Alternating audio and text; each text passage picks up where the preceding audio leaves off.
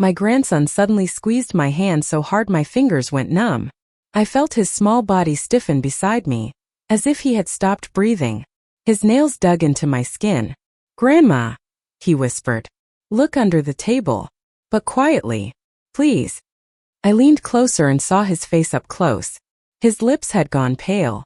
His eyes were shining with tears he was trying desperately not to let fall. That is not how children look. That is how someone looks when they know something terrible is about to happen. Music was playing in the room. People were laughing. Someone was raising a glass. I slowly bent down, my heart pounding high in my throat, and in that exact second my body froze. Because I understood, before I even saw anything. This child was in danger, and someone in that room had planned it. I'm glad you're here. If this story makes you feel something, please like, subscribe, and leave a comment telling me where you're watching from. Your presence matters more than you know. That evening had begun with such careful beauty that it almost felt staged. Summer in Savannah always carries a certain softness. The air is warm but forgiving, scented faintly with magnolia and river water. Inside the hotel ballroom, the lights were low and golden, reflecting off crystal glasses and polished silverware. A string band played near the windows, their music slow and deliberate, the kind that encourages people to lean closer to one another. My son Mike stood at the center of it all, smiling in a way I had not seen in years. This was his second marriage, and I could tell how badly he wanted this one to mean something different. Something steadier. Something safer. I sat at table 12. Noah was beside me, his legs swinging slightly beneath the table as he rolled a small red toy car back and forth across the white tablecloth. He had brought it with him everywhere since his mother died. I let him keep it in his hand even at formal events. Some rules are not worth enforcing. On my other side sat Megan. She watched the room the way she always did, quietly, attentively, as if listening for something beneath the music. She had learned to be observant early in life. We both had. I remember thinking as I smoothed my napkin across my lap, that perhaps this was what peace looked like. Guests were laughing easily. Glasses clinked. Waiters moved between tables with practiced grace, carrying plates fragrant with butter, herbs, and citrus. Nothing felt tense. Nothing felt wrong. I had even allowed myself a small, dangerous thought. Maybe our family had finally reached the part where we could breathe. Noah leaned against my arm, warm and solid. I could feel the steady rise and fall of his breathing. His car made a soft clicking sound as he rolled it between his fingers, completely absorbed in the tiny world he was building for himself. I watched my son across the room as he greeted guests. I noticed the way he kept glancing toward his bride, how carefully he monitored her reactions. It was the look of a man trying very hard not to fail again. The speeches had not yet begun. The first course had just been served. The band transitioned into a lighter melody, and several couples stood to dance near the edge of the floor. It was ordinary, beautifully ordinary. That is what unsettles me most now when I look back on it. The normalcy. The way danger does not announce itself with raised voices or sudden silence. The way it can settle quietly among laughter and linen and soft music.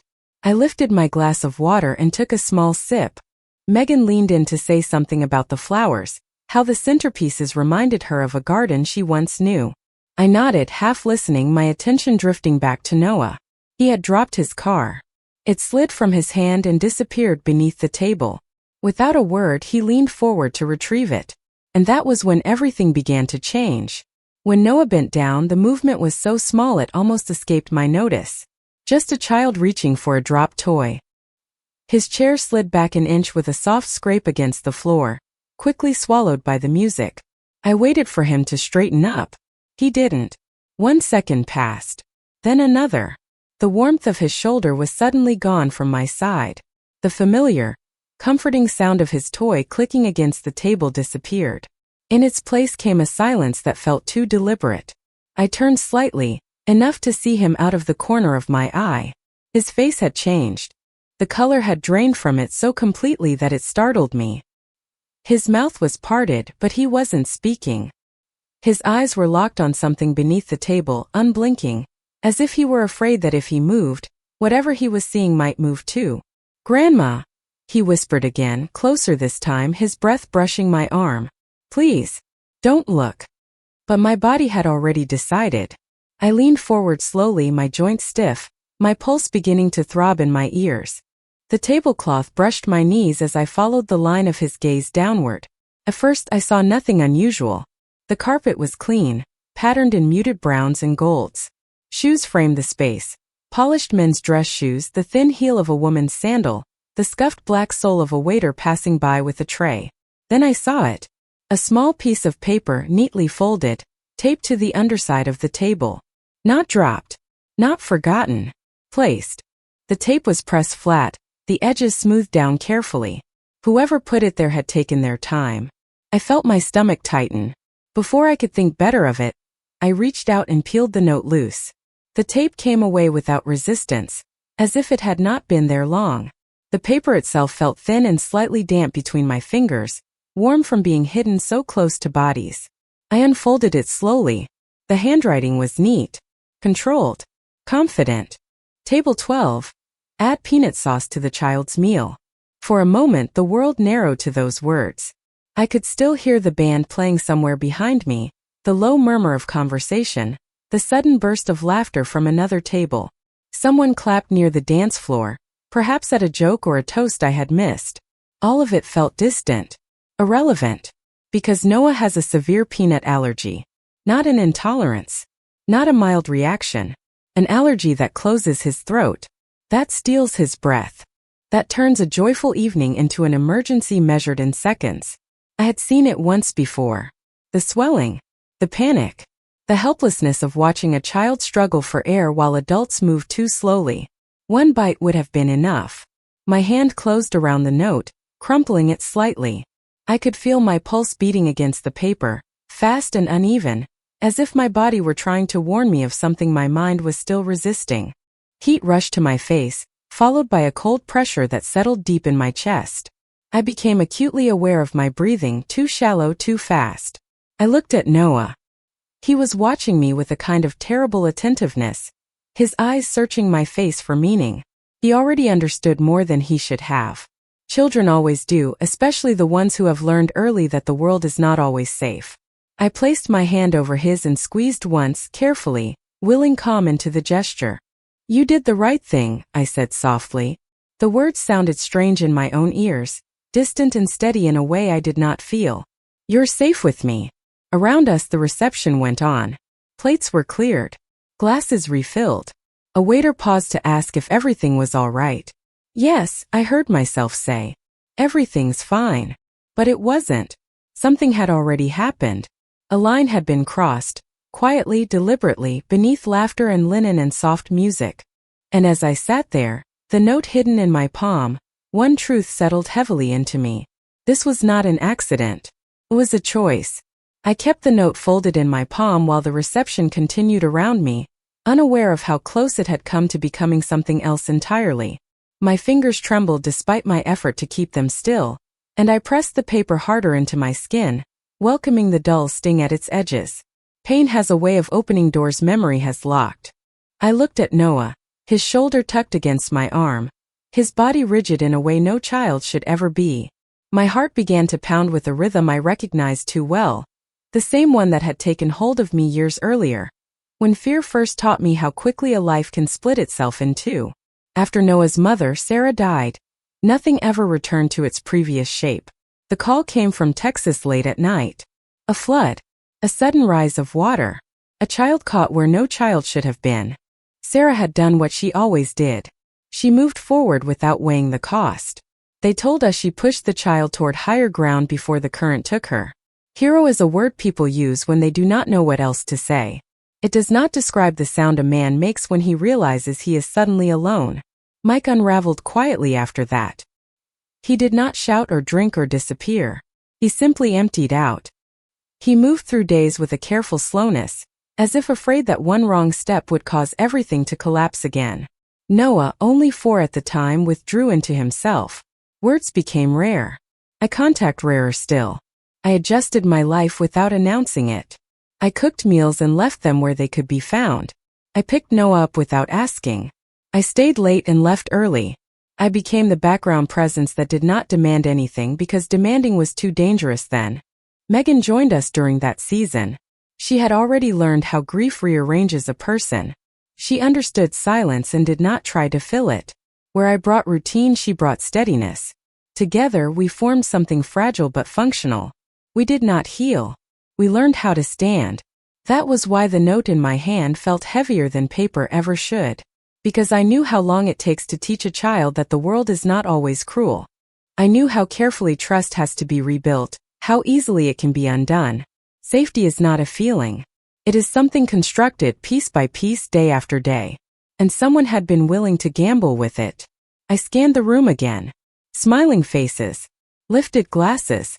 Easy laughter. People celebrating love while standing inches away from something far darker. The realization settled slowly but firmly. This was not about negligence or ignorance. It was about intention.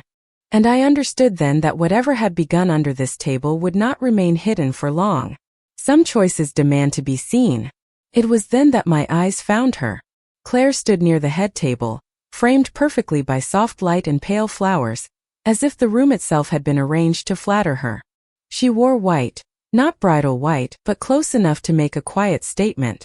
The kind of white chosen by someone who understands attention and knows how to borrow it without asking. She was smiling. Effortlessly. Confidently. To anyone else, she would have looked like a gift to our family. Claire had entered our lives less than a year after Sarah's death. She came from New York, carried success like a second skin, and spoke in the smooth language of people who are used to being believed. She worked in social media, branding influence, words that always sounded harmless until you looked closer. At first, I told myself my unease was nothing more than caution. A mother protecting what little stability remained. I wanted to be fair. I wanted my son to be happy again. But Noah had never warmed to her. Children do not have the words adults use to lie to themselves. They have only instinct. From the beginning, Noah grew quiet when Claire entered a room. His shoulders would rise, his body closing in on itself. He stopped asking questions. He stopped wandering. He stayed close to me or Megan, as if proximity itself were a form of safety. Once, when I asked him gently if something was wrong, he hesitated for a long moment before whispering, "She doesn't like when I talk." I laughed then. Too quickly. I told him he was mistaken. I should not have laughed. There were other moments. Small enough to dismiss if you wanted to. A hand placed too firmly on his shoulder. A voice lowered just enough that adults would not hear. A look that hardened when no one else was watching. "She says I make things difficult," he told Megan once, staring at the floor. "She says Dad already has enough problems." Megan had come to me that same evening, her face tight with worry. "Mom," she said quietly, "something about her feels off. She watches Noah like he's an inconvenience." I told myself we were projecting grief onto a stranger. Even his teacher noticed the change. During a routine conference, she mentioned that Noah had become anxious, easily startled, unusually careful. "He asks permission for everything," she said. "Even to sharpen a pencil." I nodded, offered explanations. Loss. Adjustment. Time. Claire, meanwhile, played her role perfectly. She laughed at the right moments. Posted beautiful photos. Spoke about healing and new beginnings.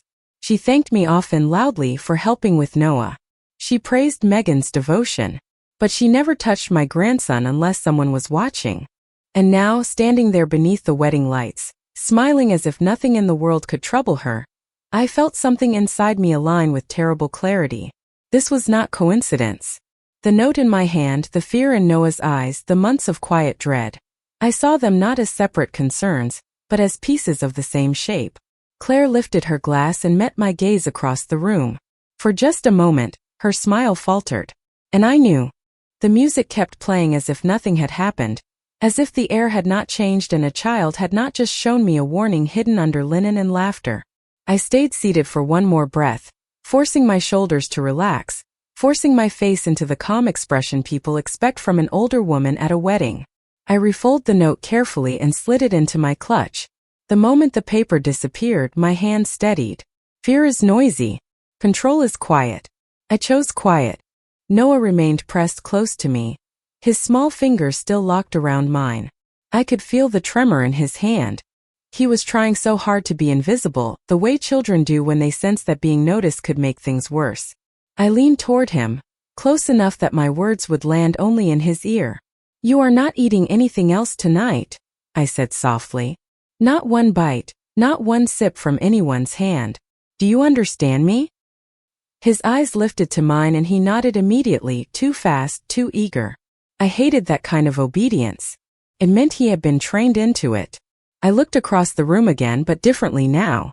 Not watching, measuring, counting exits. Watching who moved where and who had access to what. The kitchen doors. The service station. The hands that carried plates and poured drinks with practiced confidence, never questioning a request as long as it sounded official. Waiters were lining up the next course near the doors. I saw shallow bowls arranged in rows, saw spoons clink against porcelain, saw sauces being ladled with quick motions. A wedding reception is an exercise in trust. You sit down and assume no one will try to hurt you. I stood up as if I were simply excusing myself. An older woman rising from a chair draws little attention. People are trained to look through us. I adjusted my shawl, picked up my clutch, and began to walk slowly toward the side of the room, keeping my pace unhurried. I did not want urgency to announce itself. Every step felt deliberate. My heartbeat had slowed, but my awareness sharpened. I heard everything. The rustle of dresses, the soft knock of a chair leg, the clink of ice in a glass, the band's gentle swing. Ordinary sounds suddenly sharp at the edges. I approached the nearest waiter just as he turned from the service station. He was young, polite, focused on his task. His face had that professional blankness people wear when they are trained not to notice private dramas. "Excuse me," I said quietly, holding his gaze. "There's been a mistake with our table." He blinked, already halfway to a polite dismissal. "I'm not sure." I opened my clutch just enough for him to glimpse the folded paper. I didn't hand it over. I didn't need to. Some things you show, not share. His expression changed in an instant. The blankness fell away. His eyes sharpened, then flicked toward the kitchen doors as if he suddenly understood where danger lived.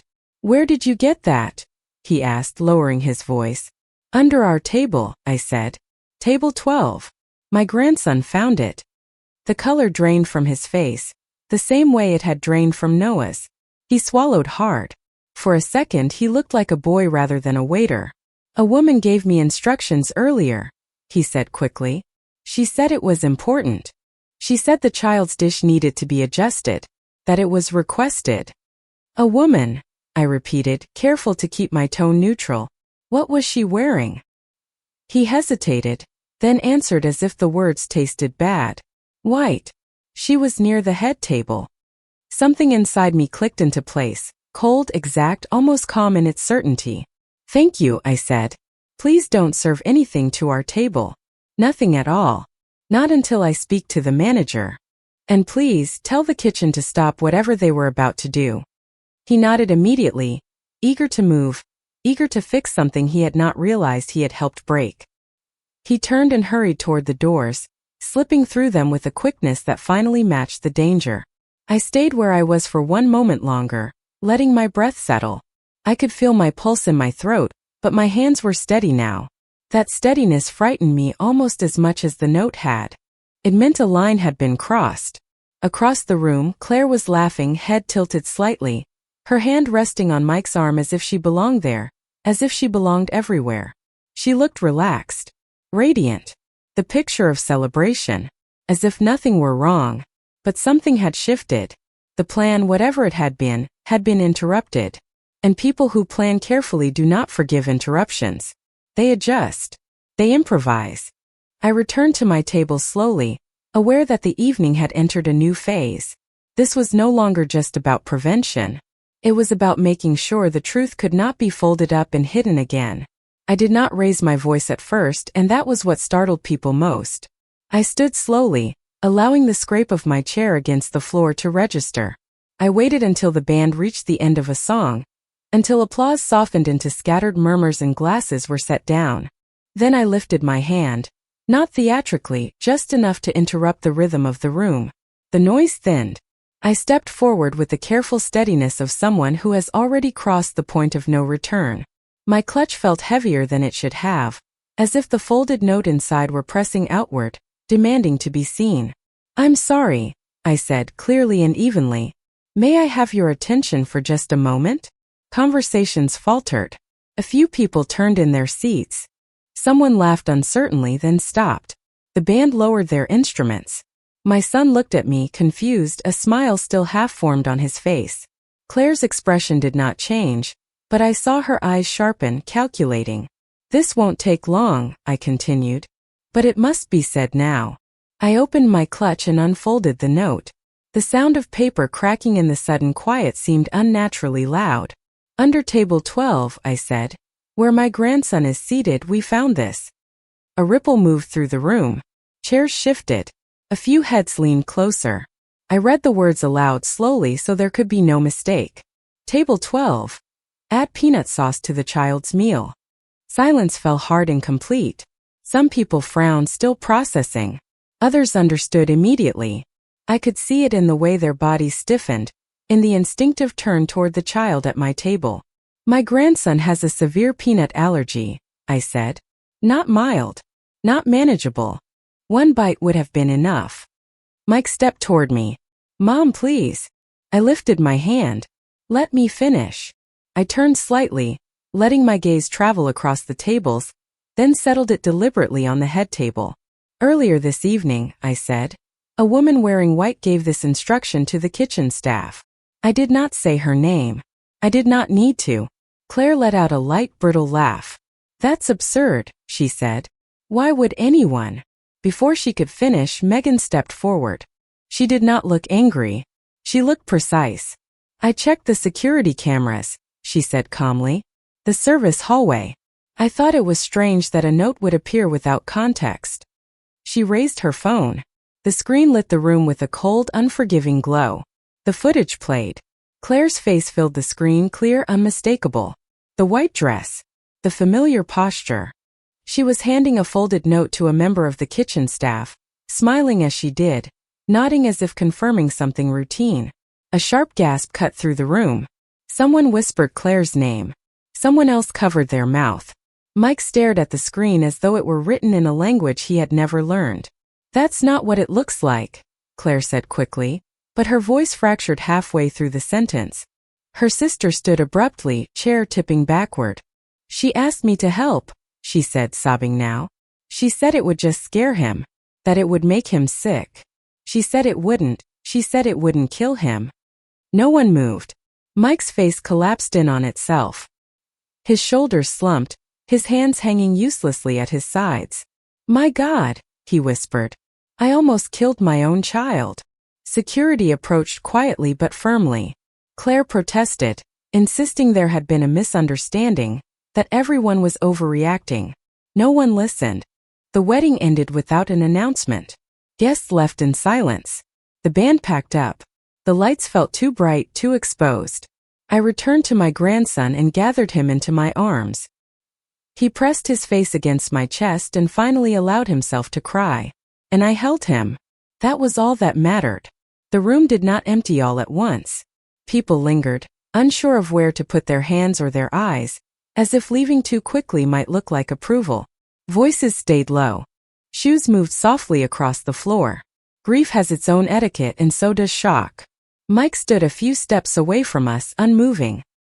His shoulders were drawn inward, his hands clasped together as if he were trying to hold himself in one piece. I had seen that posture before years ago, when the police officer stood on his porch in Texas and spoke Sarah's name out loud. Some losses echo. No one approached him. There are moments when sympathy feels like intrusion. I let the space remain. Noah stayed pressed against me, his breathing uneven, his small body shaking with the release he had been holding back. I rubbed slow circles into his back, counting them silently, the way I had learned to do when he was younger, and panic stole his words. "You're safe," I whispered again and again. "It's over. You're safe." He nodded against me, not lifting his head. Megan returned to the table quietly and stood beside us, one hand resting lightly on Noah's shoulder. She did not speak. She did not need to. Her presence was enough. The staff began clearing tables that no one would return to. Plates were lifted untouched. Glasses were removed half full. The wedding cake remained intact, white and perfect beneath its lights, a symbol no one wanted anymore. Eventually Mike came closer. "I didn't know," he said hoarsely. "I swear to you, Mom, I didn't know." I believed him. That truth hurt almost as much as the other one. "I know," I said. "But now you do." He nodded, tears slipping down his face without ceremony. There was no defense left in him, no pride. Just a father staring at the edge of something irreversible. "I should have listened," he said. "I should have seen it." "We all see things when we're ready," I replied. "What matters is what we do after." Security returned briefly to explain what would happen next. Statements, reports, questions. Mike barely heard them. His attention never left Noah. When the room was nearly empty, we gathered our things. There was no formal ending, no farewell. Just an understanding that the night had already said everything it could. Outside the air was cooler. Savannah's evening wrapped around us, scented with damp stone and river wind. The city carried on unaware, indifferent. I buckled Noah into the car myself. He looked exhausted, emptied out. Before I closed the door, he reached for my hand again. "Grandma," he asked quietly, "are we going home now?" "Yes," I said. "We're going home." As we drove away, I watched the hotel recede in the mirror, its lights growing smaller, less important. Some celebrations end with music. Others end with clarity. That night ended with truth. And with a child still breathing beside me, I knew that was enough. We did not return to that city again. Within a month, my son sold the house that held too many silences and not enough truth. We moved farther south, closer to water and open air, to a place where mornings began with birds instead of memories pressing at the door. It was not an escape. It was a correction. Noah slept through the nights again. Slowly at first. Then fully. His laughter returned in pieces, scattered and tentative, before settling back into something natural and unguarded. He stopped asking permission for every small thing. He ran again. He spoke without rehearsing. Safety does that. It gives a child permission to exist. Megan became more than help. She became constancy. She learned Noah's routines, his fears, his quiet joys. She packed lunches, checked labels twice, and never made him feel fragile for needing care. He began calling her from across rooms, trusting she would answer. My son watched all of this in silence. One evening, after Noah had gone to bed, Mike sat with me on the porch. The air was warm, cicadas loud in the trees. He did not look at me at first. "I didn't protect him," he said finally. "No," I replied. "But you can now." He nodded, eyes wet but steady. He had learned something that night about charm, about convenience, about what happens when love is passive. That lesson stayed with him. Claire never returned to our lives. The investigation followed its course, quiet and methodical. I did not involve myself. My work was already done. What mattered was what remained. Our home became smaller, calmer. Meals were slower. Conversations were honest. We did not pretend the past had not happened, but we did not let it define us either. One afternoon, months later, Noah sat beside me on the floor, building something with wooden blocks. He leaned against my arm and said without looking up, "I'm not scared anymore." I did not answer right away. Some truths deserve silence before words. "I know," I said eventually. I had learned something too. That danger does not always arrive loudly. That protection is not dramatic. And that sometimes the most important thing an older woman can do is refuse to stay quiet. This story has been shared with care. Names and details have been changed to protect privacy. If you've stayed with me this far, thank you. Tell me, what would you have done in my place? Write it in the comments. And if another story appears on your screen, consider staying. You never know which one might speak to you.